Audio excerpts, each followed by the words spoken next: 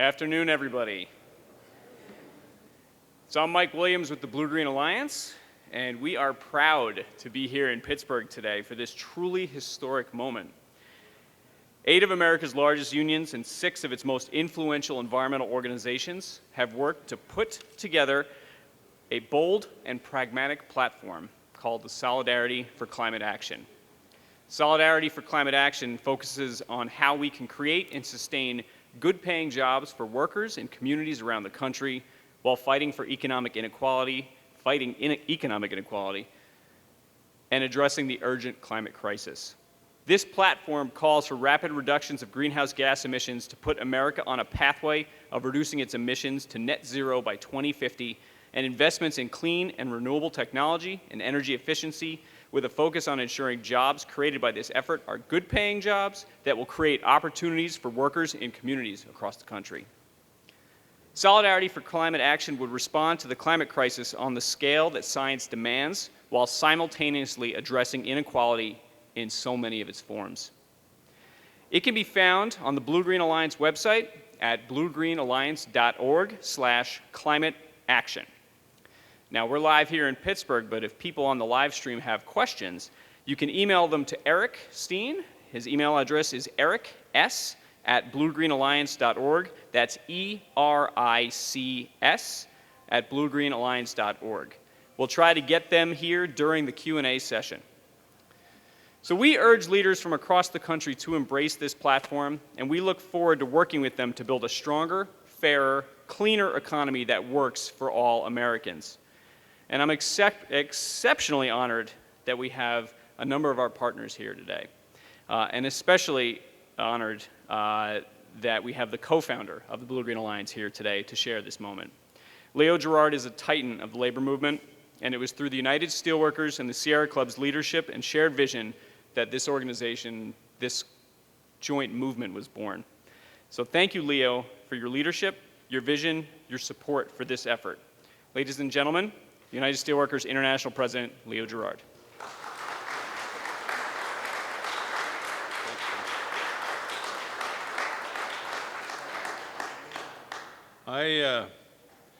Apart from what's in the document, I want to say a couple of things that most people don't know about our union.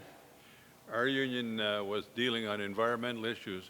We held our first conference on environment issues in 1963. So being an environmental activist has been something that almost every leader in our union has had since then. The other thing is, to the best of my knowledge, I was just saying to Colin, this is the most collective organization of environmentalists and trade unions that have come out with an environmental plan.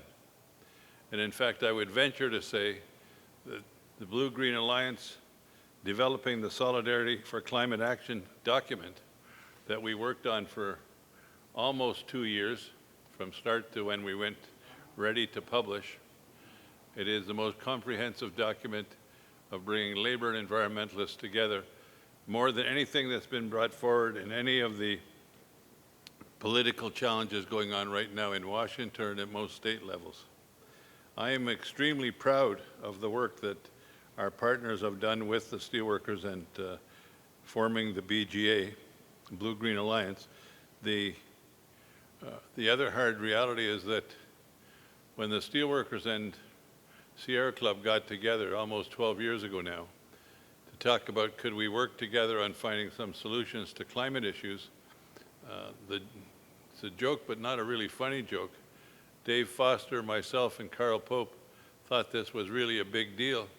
So we rented the National Press Club in Washington to make the press announcement. If my memory's right, 3 people besides Dave and I and Carl Pope showed up. Of those 3 people, one was a reporter, one was looking for free food, and I think one was drunk. So we didn't have the greatest turnout, but we never gave up.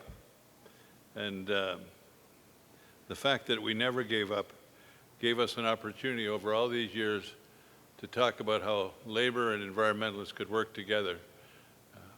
And in a very personal note, I grew up in the pollution capital of North America. And I can remember growing up, and just up the road, maybe 40 miles, was a big paper plant. So where we lived with my dad and our family was where they sent people to practice walking on the moon because there was no vegetation. And I won't get in, Al McDougall's here, he knows what I'm talking about. I'll let him explain it to all of you over the next month or so. But the reality is that I was an adult before I realized you could run track without sucking in sulfur fumes.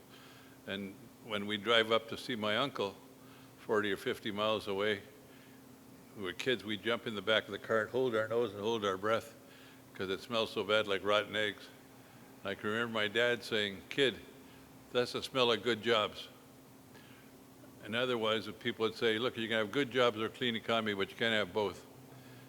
We grew up in BGA of saying it's not one or the other. We're going to have both or we'll have neither.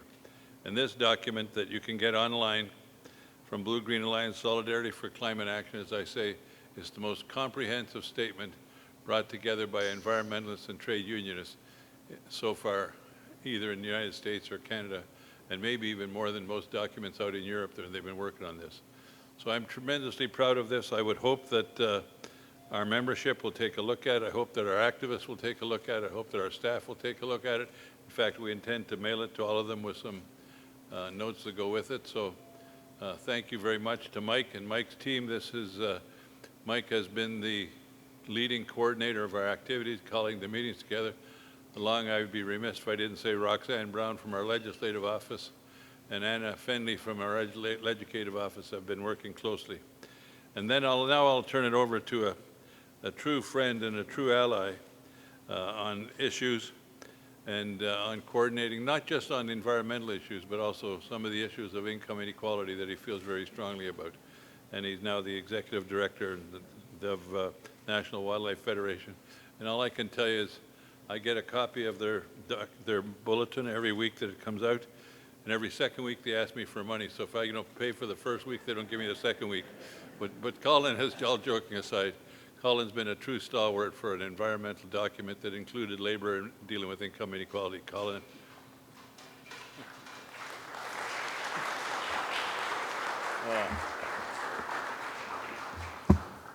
It's an honor to follow President Gerard, who obviously one of the heroes of the labor movement, also one of the heroes of the conservation movement.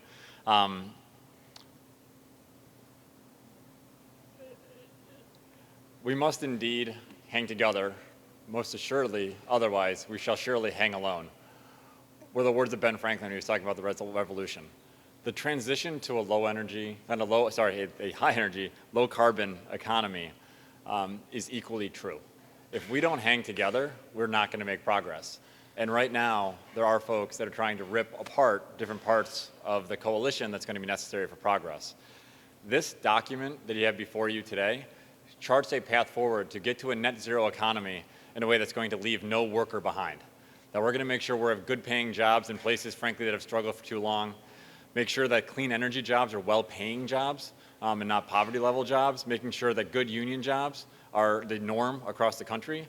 And one of the big differences between this plan and many others is that it focuses on how we're going to rebuild the country, not just by kind of focusing on individual sectors, but lifting up every community across the country, from frontline communities that have borne the brunt of environmental justice and equities for too long, to communities like the great city of Pittsburgh that have helped build this country and have powered this country for generations. I do hope folks have a chance to take a look at this document. It goes through with very kind of excruciating detail in some ways, looking at ways that we can have the transition to a low carbon economy really work for every part of the country. It's easy to have hashtags, it's easy to have bold goals, but without the policies underneath them that actually lift up workers and achieve the environmental outcomes, really they're just empty words on a page. And so what we're saying today with the National Wildlife Federation, our great partners with the steel workers, and on behalf of all the other members of the Blue-Green Alliance, is that we don't have to choose. We can have well-paying jobs in every corner of this country. It's going to take investment. We're going to have to invest in our infrastructure across this country. We're going to have to invest in the transition to a clean energy economy, to having a more modernized grid, to having more advanced transportation, making sure that we're kind of creating those products of the future. But I will be damned if on my watch, if we have we move towards a clean energy future that requires us to buy solar panels from China or offshore wind turbines from Germany, or electric vehicles from somewhere else. I want all those products made right here in America.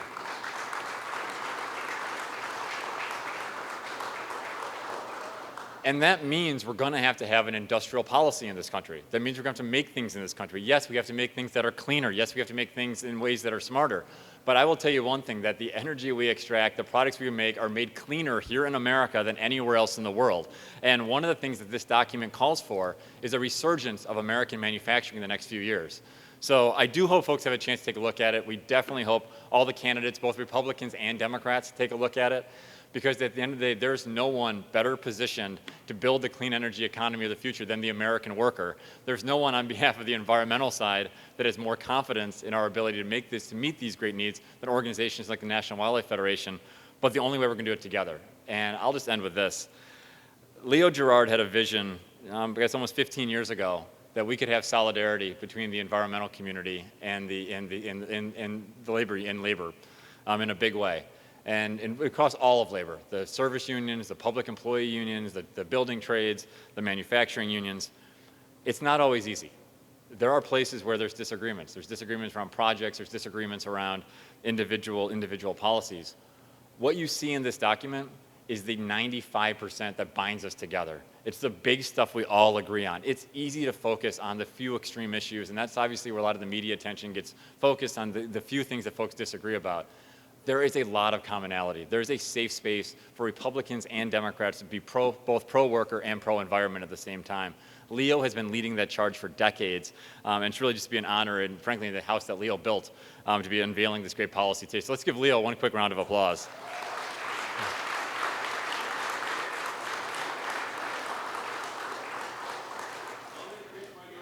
Exactly. It's a hard sell.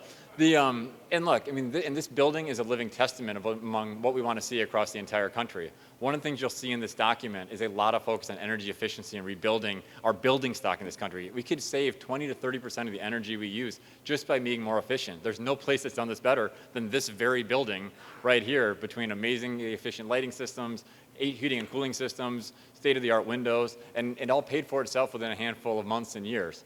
We can do this across the country, every school, every hospital, every government building, every industrial facility, every commercial building, and put a ton of folks to work making good wages for jobs that pay for themselves, that help rebuild our manufacturing base in this country, supplying all those great products.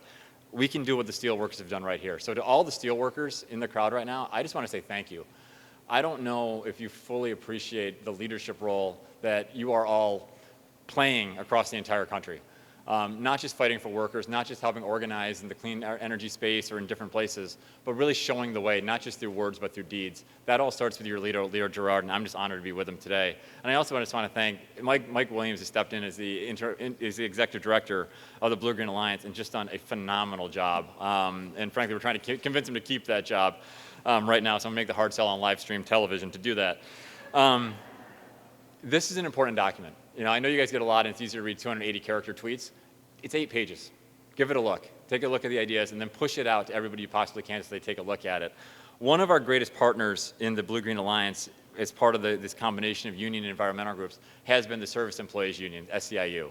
And today, I'm just really proud to introduce a great partner and a great ally in this fight, and that's Sam Williamson, who's the Western Pennsylvania director at 32BJ for SEIU. So, Sam?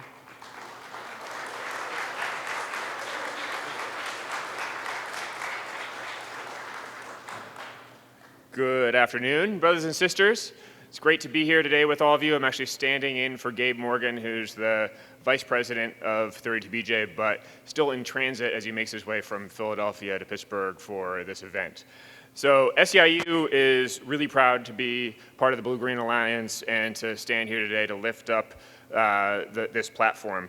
You know, our union is committed to tackling the growing gap between those who are impoverished and those who are privileged. And that means whether it comes to addressing income inequality or the growing crisis of climate change in our communities. We know that our members, like low-wage workers and low-income communities of color all across this country, deal firsthand with the impact of climate change and pollution every single day. Whether it is members whose homes have been destroyed by extreme weather or flooding or wildfires, or healthcare workers who are treating the children whose asthma is worsened by our worsening air quality. Those challenges hit home for our members and our leaders every single day in every part of this country. So it is clear to them, as it is clear to our leadership, that bold and immediate action, like those steps included in this platform, are required immediately to address the environmental impact and economic impact of the climate crisis. There are two specific aspects of this platform that I'd like to lift up. The first, we have seen in this country over recent years a coordinated and concerted attack on public sector workers all across this country, at a local level, at a state level, and now from the Supreme Court. And this platform demands that we revitalize our public sector workforce, ensuring that we have the staffing all across the country that we actually need in order to put forward and advance the goals in clean energy, infrastructure, resilience, and adaptation, as well as responding to the extreme weather and other economic impacts of the climate crisis. Second, we've got to make sure that we put in place community benefit agreements and other mechanisms to improve our local economy and provide workers with a real career path and training necessary in order to advance in these new industries. If we do that, and if we do everything in this platform, we'll be creating a future for our members, for our families, for our communities, for our members' children, that is one that we can be proud of and look back to this platform to thank. These are policies that protect workers, that improve job quality, that make sure that we get the most out of our public dollars, and that actually build a 21st century economy that will be carbon neutral. So SEIU members are proud to be here today to celebrate this day, and we're going to be proud to fight for the implementation of these policies in Pittsburgh, across Pennsylvania, and across the country. Thank you.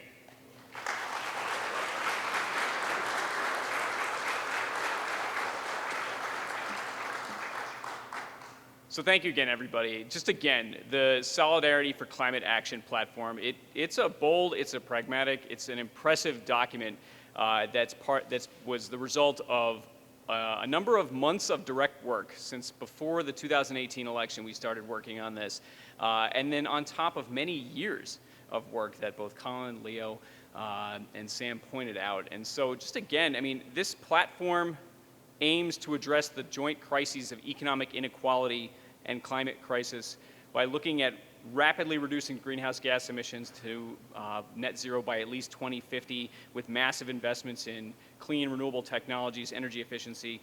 It puts together efforts to increase union density across the country through support of the right to organize throughout the economy, including in the clean tech sectors, and a big focus on rebuilding and modernizing America's infrastructure, along with so many other pieces. So again, as Colin, as Leo, as Sam pointed out, please take a look. Please join with us to come together and actually get some of our leaders to stand up and work on this in a concerted fashion.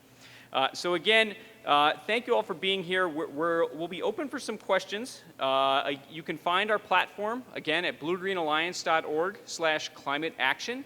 And if you're on the webcast and you want to be able to ask a question, we'll see if we can pull this off. You can email Eric, my colleague at BlueGreen. He's Eric S. at bluegreenalliance.org. That's ERICS at bluegreenalliance.org, and we'll try to get them here during the question and answer session.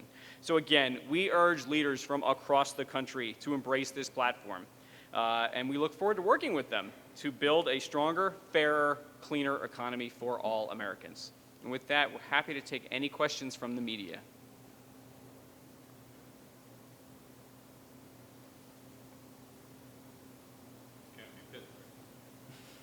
Nobody has a question? Too polite. All those in favor of the document, then raise your hand. And those on the webcast, that's unanimous in the room. Look, let me add something then. Go ahead, Leo. One of the things that I think everybody in this room who participates in our union or another union should understand, this is the strongest piece of solidarity that people said couldn't happen, that has happened. that is going to give us a much stronger voice at the municipal, the state, and federal level when we want to talk about a clean economy and good jobs. There is no other institution that I know of in either the United States, Canada, or possibly even in Europe who has had this level of solidarity about how to move to a cleaner, greener economy, while at the same time not leaving people behind, and at the same time recognizing that we have an obligation, because in a lot of history, the most polluted places were where the poorest people lived. And if we're going to be part of climate action and we'll be part of change, we need to make sure that those people that were left in the most destructive areas get out of those areas, get to get good jobs, and that we recognize that they have to be a priority. The other thing is just what Colin said. There is tons of jobs in retrofitting schools, public buildings, pipelines, all of that stuff. We don't have to reinvent the wheel. We just need to make sure that we keep the wheel turning. So, Colin, you may want to add something, but feel free. One question that we're going to be asked is about different types of technologies, different types of solutions. We need all of them right now. And there's frankly no better place in the world to innovate the solutions of tomorrow than right here in America. There's no better place to manufacture those solutions than right here in America, and there's no better place to install and then hopefully export those solutions than right here in America. A lot of the technologies already exist. And a lot of the things like energy efficiency, a lot of things like making sure that we're just using more energy more efficiently, upgrading our grid, those are things we can do right now. And so one thing you're going to hear a lot about in the coming months is that there needs to be all this innovation. And there does have to be some of that. Into making sure that our steel mills are cleaner, making sure that our cement facilities are cleaner, making sure that our chemical plants are cleaner. We have to do all of that. But there's a whole lot of things we can do right now that could put people to work in every single zip code in the country. And I think it's easy for folks to talk about being fair to workers. It's hard to make that work actually happen. And on Capitol Hill right now, particularly for folks that are working in the coal industry, they've been forgotten for far too long. Folks that have had their pensions ripped away from them, folks that have their health care pulled away. There's a lot of lip service, a lot of photo ops, very little action. This document calls for very clear action because we have to make sure that we're not just providing a photo op or lip service or hollow words, but we're actually investing in workers. And frankly, I want workers that are affected to be the very first in line to reclaim sites, to build infrastructure, to make housing more efficient, to make buildings more efficient, to build those technologies of the future. We have to do that in a real way. And frankly, neither party has done enough by workers for a long time on this front. Folks have been promised infrastructure for decades, going back to the Great Society. This is the opportunity to do it in a way that achieves multiple goals at the same time. Fewer emissions, better paying jobs, reducing income inequality. This plan is a path forward to achieve all those things, and I just couldn't be prouder to be with my good buddy Leo to help advance all of those causes at the same time. This is the way we rebuild America in a way that's smarter, cleaner, and greener. So thank you very much for being here again today.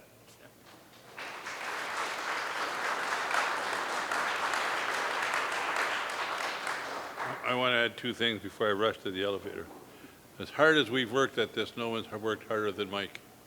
And his name isn't on the document, but it should be in our hearts. This is the guy who pulled the environmental movement and the labor movement together for some very tough discussions every now and then. And my last point is, I got to get to the elevator because I have to go to the airport, pick up my daughter and my grandson. My grandson made it real clear to me, if we don't do something about the environment, his generation will in spite of us. So I got the message from it. I'm going to pick him up at the airport, put him in the back seat, tell him I don't want to hear anything about that shit till we get home. Take care. See you, buddy.